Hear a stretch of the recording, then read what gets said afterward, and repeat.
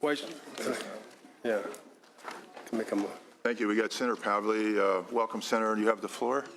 And Senator has her bill, which is item 18, SB 1405. Yes, and I believe there's no opposition to this measure. I want to thank you, Chairman Bell, and your staff for your help in refining this legislation. Senate Bill 1405 works to raise consumer awareness about ZEVs, that's zero-emission vehicles. As the committee knows, the governor has set a target to reach roughly 15% penetration of ZEVs in California by 2025. That's about 1.5 million of these cars. Unfortunately, we're currently hovering around 3%, and we've got a long way to go. One thing that ZEV has done brilliantly is to encourage automakers to innovate and create these new hybrids and EVs and fuel cells, and I've been to several of the LA auto shows the last several years, and it's amazing what both foreign and domestic automobile manufacturers has done. Policies we've had in place, it does this by creating market for ZEV credits. We've done rebates, we've done HOV lane decals and on. We've awarded automakers who sell ZEVs and bought by other automakers who are short of their obligations. So if you sell a lot of zero-emission vehicles, there is some value you can give them to companies who can't meet their quotas. But what we really need to also focus on is how to influence consumer behavior and build consumer awareness. Here's a few ideas of what is included in this bill, which admittedly it continues to be a work in progress. It takes advantage of the latest internet platforms and fleet trends to increase the number of consumers, drivers, and riders of ZEVs. It builds on the 2001 revisions that were made to the transportation systems provisions done by CARB. It looked at programs like the Zipcar, which they did, and Car2Go. This provision also incentivizes innovation and consumer-focused view of the industry, which is scheduled to sunset in 2018. I'm very interested in shifting the way people drive in and around their communities. For example, can we include rental car companies like Enterprise or Hertz, who encourage them to modernize their technologies, and with those newer cars be able to expand their use in all income brackets. We should also encourage all these people, whether it's car drivers or TNC or rental cars, to use zero-emission vehicles. We're firmly convinced that the records would show that the public, once you drive in these cars, are very interested in possibly purchasing one in the future. So this is a consumer awareness, consumer-driven bill trying to build on the governor's sort of challenge, if you will, of getting 1.5 million ZEVs on the road in the next decade or so. So I ask for your aye vote in this measure. And with me today is Dr. Elliott Martin from UC Berkeley. Mr. Chair, I'd like to move the bill. Okay, there's a motion on the bill, and if we can keep it brief, it looks pretty good. Okay, witnesses, please. Thank you, Mr. Chairman. My name is Elliott Martin, and I'm a research engineer with the University of California, Berkeley Transportation Sustainability Research Center. Our center works in a number of subject areas. One of them is shared mobility, in which we study the modes of car sharing, bike sharing, ride sourcing, as well as other modes within the shared mobility ecosystem. The main purpose of my testimony is to offer insight from research we have completed supporting the broader goals of this policy and transportation system credits. From our previous research, we know that car sharing serves to reduce the need for personal vehicle ownership, and at the same time exposes people to many different types of vehicles, including electric vehicles. However, managing ZEVs in car sharing and other shared mobility modes is more expensive, more challenging, so policy support for car sharing operators and other operators to include ZEVs is important and beneficial. In 2015, we completed research on car sharing users across the country, focused on evaluating how car sharing influenced the impressions of members on plug-in hybrid electric vehicles and battery electric vehicles. We implemented a methodological design with both an experimental survey consisting of those members who were exposed to ZEVs through the car sharing fleet and a control survey consisting of those members who were not exposed to ZEVs through car sharing. Both of these surveys had under 2,000 respondents each. A little bit under 2,000 respondents each. Our key study results, as shown in the PowerPoint distributed, found the following. Relative to owners of electric vehicles, car sharing exposes more women and young people to plug-in hybrid electric vehicles and electric vehicles. Within the experimental group, about 40% of respondents had a greater desire to own a plug-in hybrid electric vehicle and electric vehicle as a result of their exposure through car sharing. Relative to the control survey, a larger share of experimental survey respondents stated that they would recommend to others that they try driving or purchasing a ZEV vehicle. Finally, the survey asked respondents what type of vehicle they expected to purchase before and after they joined car sharing, and the results showed that the experimental survey respondents exhibited a greater shift towards ZEV vehicles. So overall, as a result of our study, we found that exposure to ZEVs through car sharing had a statistically significant effect on people's impressions of these vehicles in a positive way. This suggests that the policies that encourage incorporation of ZEVs into car sharing and other shared mobility modes benefit the state's broader goals of increasing ZEVs and supporting electric vehicle markets. Thank you. Okay, thank you. Thank you for doing that study. Other witnesses in favor, please. Mr. Chair, members of the committee, Mark Aprea here on behalf of ChargePoint. We support Senate Bill 1405, and we believe that car share programs, rental companies, and TNCs should be given the opportunity to participate in the zero-emission vehicle program so long as the credits are protected from being double counted and that no changes are made to weaken the existing requirements on auto manufacturers. We urge your aye vote. Thank you. Witnesses in favor, please. Witnesses. Kurt Augustine with the Alliance of Automobile Manufacturers, and we support the Senator's bill. Thank you. Mr. Chair and members, Aaron Niemela representing General Motors, also in support of the bill. Timothy Burr from Lyft, here also to express our support for this bill and incentivizing getting more ZEVs on the road. Thank you. Okay. Do we have opponents of this bill? Any opponents? I didn't see any, Senator. Yes, well, if it's back You to, have a motion. motion was made by Senator McGuire, I believe. Senator Wachowski. Oh, Wachowski. That sounds Yes, pretty good. waiting. The bill's going to his committee tomorrow, isn't it? That's right, it is, that's and he'd pretty like good. to see this and hear the presentation again, so may I respectfully ask for an aye vote. Okay. Okay, Senator, thank you. Call the roll, please. The motion is do pass and re-refer to the Committee on Environmental Quality. Senators Bell? Aye. Bell, aye. Cannella? Aye. Cannella, aye. Allen? Aye. Allen, aye. Bates? Bates, aye. Gaines? Gaines, aye. Galgiani? Galgiani, aye. Leyva? Leyva, aye. McGuire? McGuire, aye. Mendoza? Aye. Mendoza, aye. Roth? Roth, aye. Wachowski? Aye. Wachowski, aye. That is 11-0. That's approved. Mr. Chair, if Senator Wachowski has the floor. He has a couple bills, so we'll turn it over to you, Senator. I have, if it pleases the committee and the chair, I have a witness who has to catch a train. She's even Okay. reducing her carbon footprint more. So I'd like to do item number 6, is SB 1069. Okay. Item 6, then. We'll go to that one. As we all know, housing in California is becoming unbelievably unaffordable. The average renter in California pays 50% per month more than any other state. This bill talks about or addresses accessory units known as ADUs that are part of the solution. ADUs are additional living space on single-family lots that have a separate kitchen, a bathroom, exterior access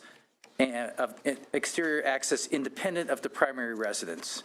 As the staff report indicates from my supporters, if we just got 10% penetration, we'd be well on our way. So with me is Denise Pinkston and Karen Chappell in support of the measure. Okay, thank you, Senator. Witnesses? Hi, I'm Denise Pinkston. I'm here today representing the Bay Area Council, which is a nonprofit coalition of major employers that works on public policy issues in the Bay Area. For my day job, I'm a real estate developer, and I build housing and mixed-use projects. I've also been a planning director, a zoning board administrator, and a planning commissioner. So I've touched the housing issue from many angles. And I'm here today representing the council and a very broad range, unusually broad range of supporters, because none of us can make a dent in the housing supply problem, and it's harming equity groups, environmental advocates, infill organizations, major employers who cannot hire people in the Bay Area. And none of us have been able to figure out if there's an easy solution that can quickly deliver tens of thousands of units to help our employees and our families who desperately need them. And that's how we hit on the suggestion that the state clarify its intent, as exists in existing state law, that second units or accessory dwellings should be allowed on a building permit. That's the guts of this bill. It removes obstacles to accessory dwellings that exist in spite of 14 years of state policy saying that they should be ministerial approved by local jurisdictions, and clarifies that within an existing structure, home rule rules the home. Within an existing primary or accessory structure, the homeowner gets to decide who lives in their house, whether those people have a kitchen or a bathroom to use. Outside, for new construction or new floor areas, cities rule local single-family lots just like they do today. The bill includes standards that help remove additional barriers, such as the requirement to essentially double plumb or double connect an existing home. If it already has sewer, it already has water, it doesn't need a new connection or a new meter in order to provide service to an accessory dwelling.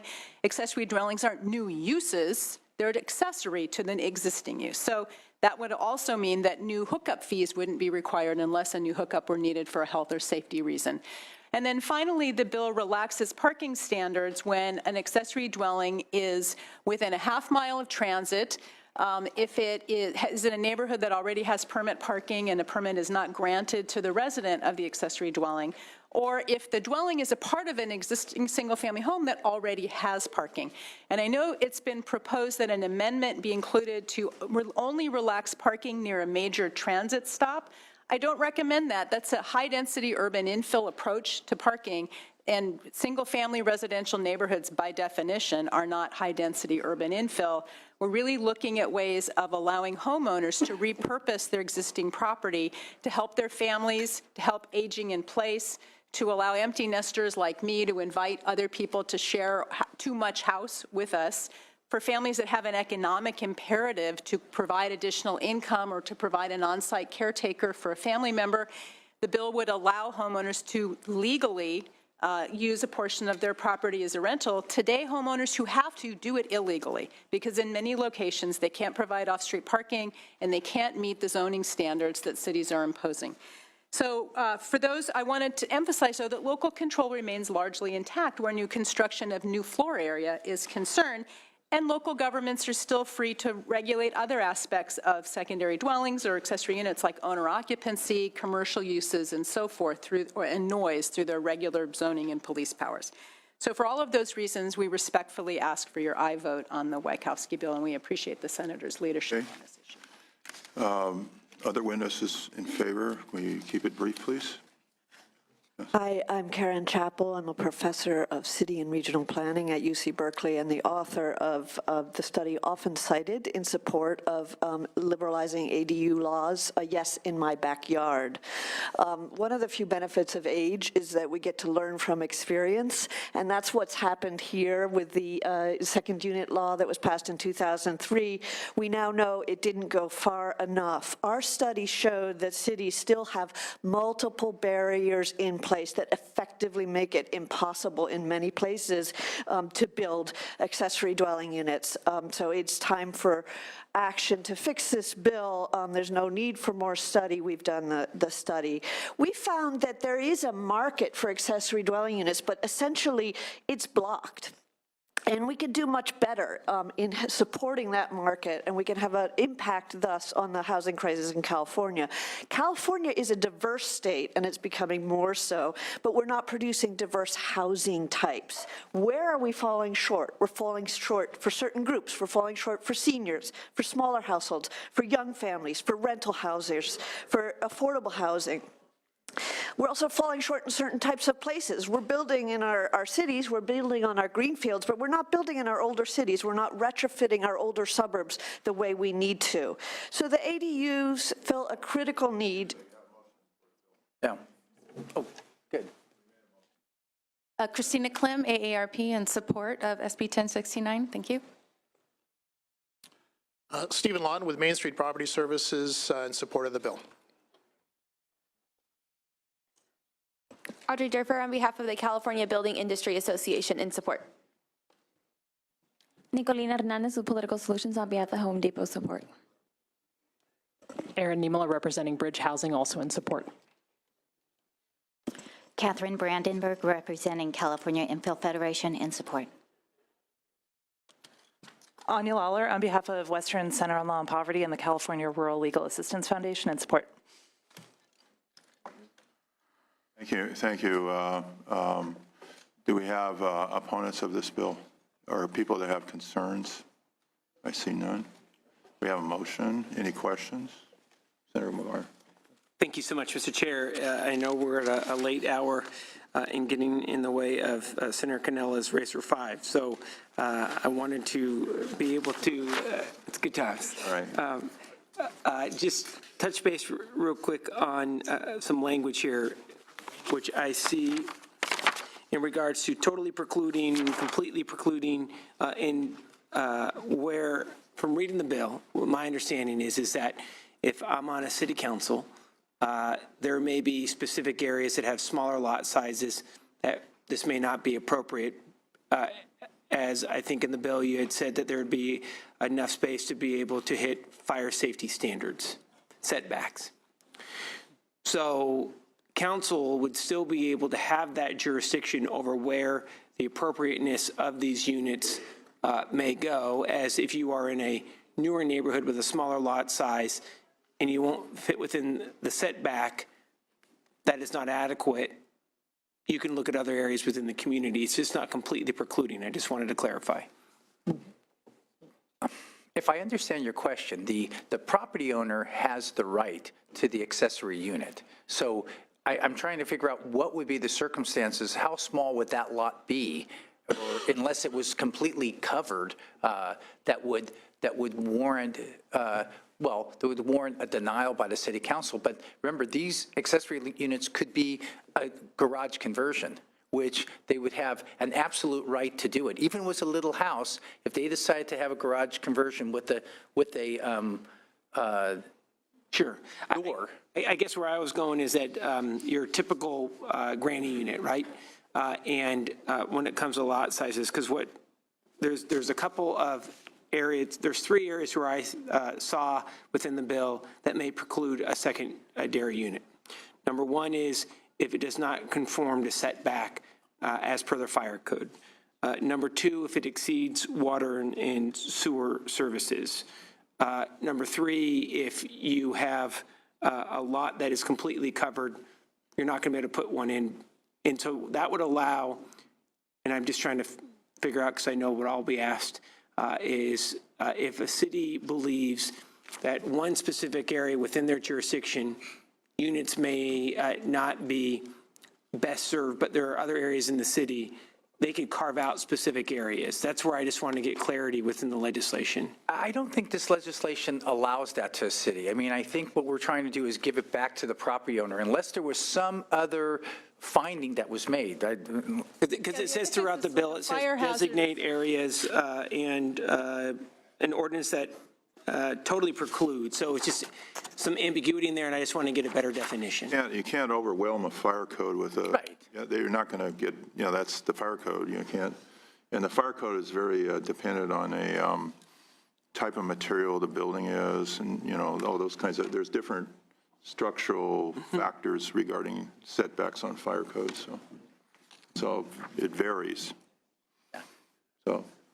So if a council were to say a quarter of the city may not be appropriate because they're small lots, they could do that, but would need, if it's for new construction. Obviously, if there is an attached garage, they could be able to convert that. But if it's for new construction and in addition, for a small unit in the back, I'm just trying to figure out if a city. I think the answer is that for new square footage, they would regulate it the way they do now. Perfect. They would either have their own ordinance or they would regulate it with the standards that already exist in the state bill that have been slightly but not materially modified. Okay, and the only reason I ask that is because we have a living area, the existing dwelling or detached. So that's why I wanted to get clarity on it. It meant existing dwelling or existing detached, not new detached. Yeah. In other words, the qualifier existing applied to both dwelling and detached. Okay. Well, we had a great special committee meeting where we had the presentation on affordable housing, and then there was a wonderful presentation on the studies that were done on how to go about changing the law for these and allowing the flexibility to have these affordable units. And I thought the numbers that we could achieve were pretty spectacular in terms of creating affordable housing. I thought this could be a major answer for our affordable housing needs that we have in California. So I'm urging support for this bill. And there, by the way, there is no clause in the bill, as I understand it, and we're not proposing any proposal that limits it to around transit or anything like that. There's no proposal for that that I know of. No. And correct? Correct. Okay. Other questions? Other people? If we, Senator Bates. I think the bill raises, with the prohibition on parking standards, raises significant public safety issues for the communities that I represent. We have those built in the late 80s, early 90s with smaller lots. There are restrictions in CC&Rs regarding parking on the street. Those have been implemented because of public safety issues regarding the ability to, cross the street around schools, where kids have been hit crossing between, the overparked areas. So I can't support the bill when you have that broad of authority given to whoever's going to build it to not have some parking standard. That really should rest with local government because it is a public safety issue. There's clearly other public safety issues. You need to take a trip through Laguna Beach and see the problems there when there have not been the kind of parking standards to protect them. So that's something that I think needs a lot more work in terms of what the studies show and why local governments have imposed parking standards in certain areas. So I know there's this idea of NIMBYism, et cetera, but there are serving on local government at the county level, and I had a district that had most of the unincorporated area where development was occurring, and also many of the cities that were smaller and were built later on with smaller lots and some of these lot coverage issues for public safety. This is rather sweeping to deny that those were put in place for the right reasons. So those are my issues, Senator, and I just want you to pay attention to that as you go forward with that. Oh, yeah, parking, I grew up in the suburbs. It'll be continued to be an issue. If I may close, Chair, if I may close?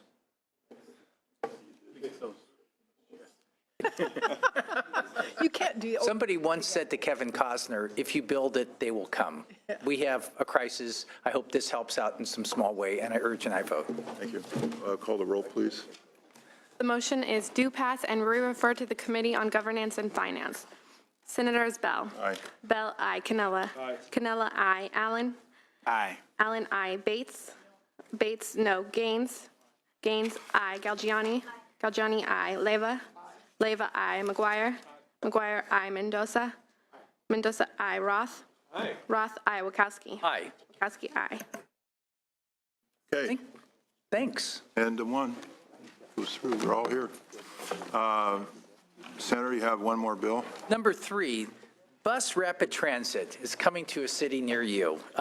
This is a high-capacity, lower-cost public transit service intended to effectively accommodate longer-distance passenger trips in transit-intensive corridors in urban areas. These buses operate in dedicated bus-only lanes that help decrease travel time, enhance reliability, and make the service much more competitive than the automobile. What has happened is that transit agencies were statutorily created as special districts, and they do not have the authority under the current state law to cite vehicles that park, stop, and are left standing, or drive in designated bus-only lane, because we just invented bus-only lanes. So with me is Kurt Evans from the Santa Clara County Transit Authority to tell you about this straightforward bill. And it's somewhat similar to Senator Hancock's bill that we heard earlier. Except no cameras. Except no I'd cameras. like to move the bill when appropriate to, Chairman. Okay, there's a motion for the bill. That's a good question. We'll have brief presentation. Thank you, Mr. Thank you, Mr. Chairman and committee members. Kurt Evans with the Santa Clara Valley Transportation Authority, and we are co-sponsoring SB 998. My agency is one of those that is developing bus rapid transit corridors to help address longer distance trips occurring in congested corridors. And BRT typically consists of bus-only lanes to separate transit from the normal congested flow of traffic. That's how you make the service competitive with the automobile in a more viable and attractive transportation option. Surprisingly, there is nothing in the vehicle code that prohibits motorists from stopping, parking, or driving in a roadway lane that has been designated for the exclusive use of public transit buses. SB 998 would correct this deficiency so that public transit agencies can address situations where motorists are inappropriately using bus-only lanes and obstructing the operation of their BRT service. Respectfully ask for your aye vote. Thank you. Matt Robinson on behalf of the California Transit Association, in support of the bill, respectfully ask for your aye vote. Thank you. Steve Wallach on behalf of the Alameda Contra Costa Transit District, which is also beginning BRT, and urge your support for the bill. Thank you. Any other supporters? Do we have opponents? Opposition? Outstanding. Have a motion? Okay. Questions? No questions? Call the roll, please. The motion is do pass and re-refer to the Committee on Appropriations. Senators Bell? Aye. Bell, aye. Cannella? Aye. Cannella, aye. Allen? Allen, aye. Bates? Bates, aye. Gaines? Gaines, aye. Galgiani? Galgiani, aye. Leyva? Leyva, aye. McGuire? McGuire, aye. Mendoza? Mendoza, aye. Roth? Roth, aye. Wachowski? Aye. Wachowski, aye. That's 11-0. You have that bill approved. We have Senator Gaines. You have the floor, Senator. This is the smog check exemption. Senator, you have the floor.